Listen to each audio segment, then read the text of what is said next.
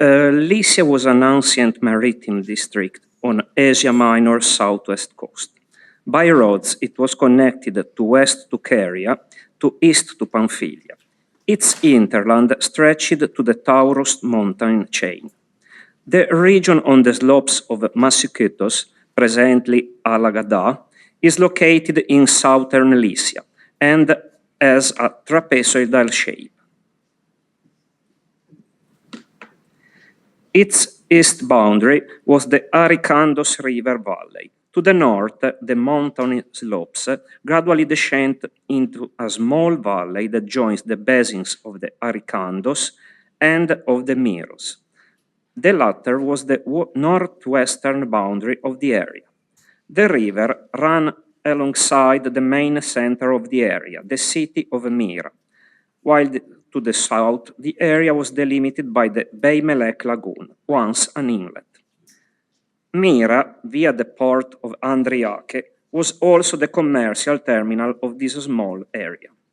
During the 5th, 6th centuries, when the local sculpture was at its height, the local artistic culture was influenced by the neighborhood regions, the capital Constantinople, and also by Palestine and Egypt.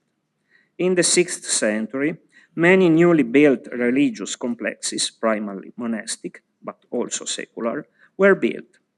Some hints of this zeal are contained in the life of Saint Nicholas of Olysion, igumenos of the namesake monastery founded by his uncle, tales set in the mid-6th century. The local churches showcase a vibrant architectural decoration made of cornices, corbels, wind-blown capitals, transcend in the form of solid or open-work slabs held up by small pillars lavishly decorated, and various furniture, especially ciboria, all made by local craftsmen employing locally sourced limestone. In the region from west to east, canopies dating back to the 5th, 6th century are evident in different places. The majority of these artifacts were discovered in central Lycia, scattered on the slopes of Massikytos, mountainous region. Many of these furniture are recognized by their remnants, including arches and small capitals, which are frequently found dispersed throughout the area. Two arch fragments are preserved in museum located outside the considered area. One in the Antalya Museum originated from Pamphylia, though believed to be an import from central Lycia. The other, also from the same origin, is that of Burdur Museum. Over the past 20 years, sporadic studies on individual canopies have emerged. The most comprehensive report is the research conducted by Grossman and Severin regarding early Christian religious complexes in Central Lycia. The aim of this paper is to sketch out the characteristic of a Central Lycia Ciboria, drawing attention to their difference and highlighting their recurrent elements. Furthermore, it intends to present 3 unpublished architectural fragments from the Church of Carabel and 1 from Alakilise, attempting to define their decorative lexicon and searching similarities in other local canopies, which may help to identify the origin of the worship responsible for their creation. Research has brought to light the distinctive aspect of Central Lycia sculpture, the use of local limestone, that of drill, and a wide range of recurrent motifs. Grossman and Severin individuated as a trade union among various examples the archivolt bulge, where an open-work motif is formed by 2 symmetrical rows of acanthus leaf tips touching each other. The authors argued that this design bears a resemblance to marble architectural decoration prevalent in urban areas during the first half of the 6th century. The same motive recurs in Azarchik East, Devekuyuzu, Chaman. Doan noted that the archivolt of Alajaizar, Azarchik East and Chamarkazu church feature a decorative motif of eggs and darts. Additionally, in the first two instances, it can be observed how this decorate a sima reversal.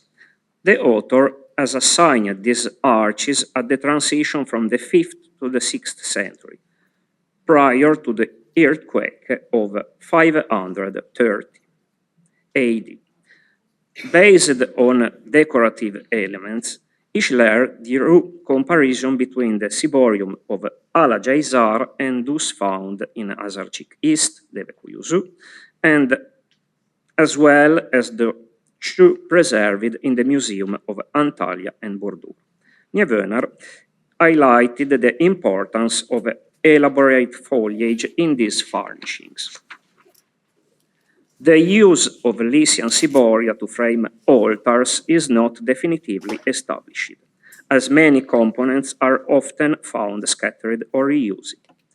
The unique instance where the positioning over the altar is almost certain is at Alajaizar, where illicit excavations have revealed two schematic wind-blown acanthus capitals from the altar area that might have belonged to a ciborium. The dimensions of Lycian ciboria are similar to those of comparable furnishing, but they are thicker due to their rich decorative elements and deep carving. These effects may be observed in the bulge framing the arches or sometimes in the blossom placed in the spandrels. In comparison with other canopies, Lycian examples occasionally display acanthus scroll and foliage on their inner surfaces. The openwork decoration may also extend in the archivolts, where alternating motifs framed by square or rectangular interlaced cornices are prevalent. More subtle decoration in the archivolts consists of acanthus scroll or symmetrical arrangement of acanthus leaves.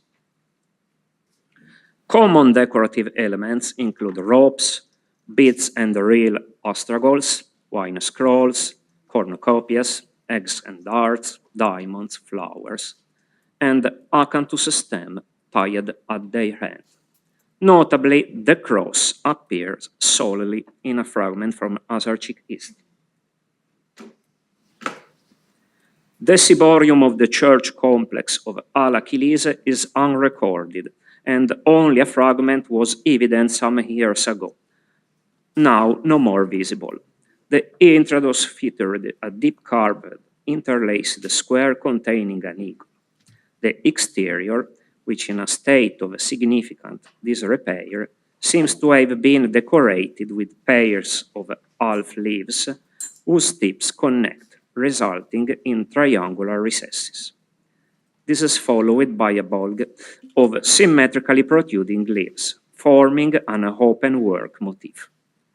The upper motif alternated 6 lobes acanthus leaves with trilobate leaflets. Due to its small size, it is difficult to speculate on its overall dimensions. The ciborium associated with the Carabel monastic complex is likewise unrecorded. Its fragments are not located within the nave or near the presbytery. Instead, they are shifted to northwest. Therefore, it is uncertain if the furniture was placed atop the holy table, though it may have once crowded the holy pool, the remains of which are visible just eastward. These fragments, three fragments have been preserved, 2 adjoining, corresponding to the uppermost section of the furniture. These conserve the upper plane face and are embellished on the archivolt as well as on both the inner and outer sides. The third fragment of the ciborium is somewhat buried, but the intrados and internal side can still be seen. Examining the external side of a carved ciborium from the bottom to the top, this display a rope and a bulge. This is decorated with a complicated decoration consisting of symmetrically protruding leaves that touch the opposite lobes, forming an open-work motif. An astragal alternating one spindle and two beads, and a damaged scroll of leaves retaining only some holes following carved lines. The spandrel contains slanted pointed acanthus leaves, with ribs marked by drilled holes. The extensive damage of the upper molding hinders the recognition of the original design. Nonetheless, holes defining arcs and deep carved marks are still evident. The intrados of the arch is adorned with 4 interlaced circular and square shapes, framed by double astragals alternating one spindle whorl and 2 beads. The circular ones have an almond core decorated with 4 round petal flowers, while the 2 squares exhibit deep carving and undercut decorations, depicting a poised pointed leaf and a flower with 8 petals, respectively. Similar designs can be observed in 2 nearby monasteries, Azarchik East and Alajaizal, as well as in the fragment presented in the Antalya Museum. Assuming a semicircular profile, the total side length of the ciborium is estimated to be around 2 meters and 50, a very imposing furniture compared to other local examples. Other local instances exhibit either semicircular or horseshoe profiles, these later in the examples of Antalya and Bordeaux. Thus, it is plausible that this ciborium had a rectangular layout. The width difference in arches can be attributed to the preservation of either short or long sides in the different examples. It is noteworthy that the rectangular plan was typical of altars, yet it was also suitable for the covering of fonts with axial stairs, similar to that of Caravelle. In Caravelle, the 3 preserved parts would pertain to the 2 long sides. A similar ciborium would have featured different arch profiles. It is also likely that the long sides probably displayed a lowered arch, while the short 2 should have a semicircular profiles. However, in the absence of other arch fragments, this reconstruction remains speculative.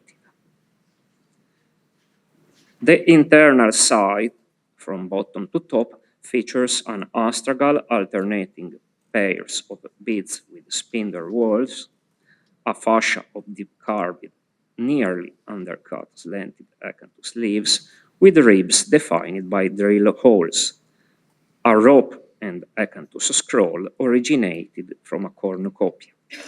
The only complete scroll should be finished with a fleuron. This decoration is cut diagonally by a recessed area, only drafted by chisel. The other arch fragment, being partly buried and under a block, reveals only the interior side, and with some difficulty the intrados.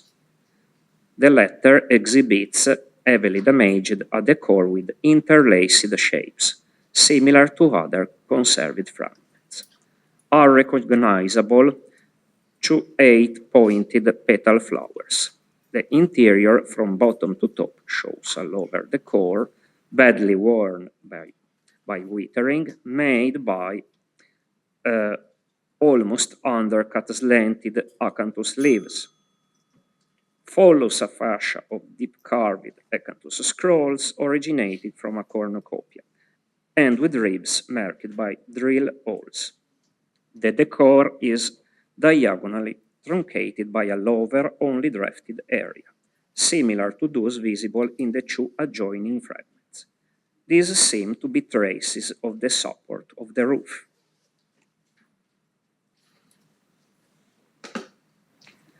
Grossman and Severin observed similar traces in the Al-Jaizar example, yet they did not discuss the configuration in Azarchik East Church. Both instances were dated by the authors to the mid-6th century.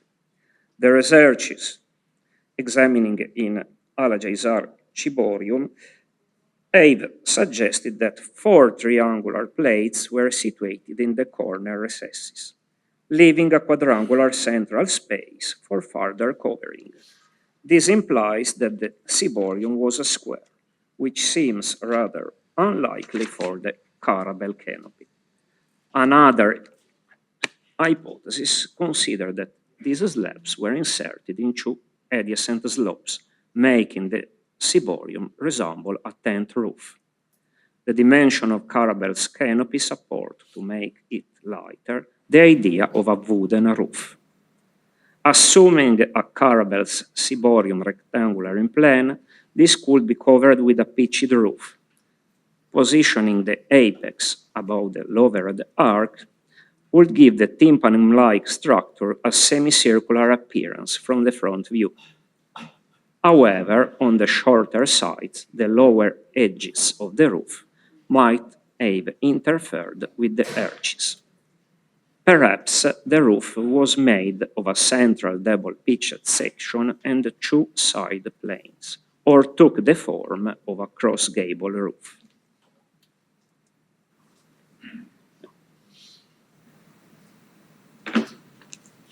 To conclude, the Central Lycian Ciboria share common features, such as the local limestone and the lavish decoration that incorporate astragals fashioned from beads and spindle whorls, egg and darts molds, ropes, twisted stems, foliage, and arches with interlaced square, where the drill has created deep carvings, nearly resembling openwork. These intricate decorations are spread across the entirety of the furniture. In addition to these features, at least in some examples, an unusual roof shape should be considered, although it is uncertain if, apart from the caravelle example, there were other canopies with a rectangular layout. The roof, together with the decoration, links the caravelle ciborium to that of Al-Jaizar and the nearby monastery of Azarchik East, which are supposed to be work of the same atelier. The 2 arches preserved in the Museum of Antalya and Burdur share similarities, but they not to appear to originate from the same workshop. Other arches, even if similar, exhibit different sequences of decorative motifs. Earlier studies that focused on structural parts of these churches have identified different connections between them, compared to those discernible from Ciboria. This shouldn't be surprising. Furniture could be made some decades later than buildings, and during this time, workshop and design trends changed. For the same reason, the chronology of this furniture should be later with respect to the buildings, dated between the late 5th and early 6th century. Concerning the Ciboria, I would propose a slightly later date, around the mid-6th century, when the tales about the life of Saint Nicholas of Holy Sion indicate that around the Massikytos there was a network of wealthy monasteries and parish churches where local craftsmen were active. Thank you.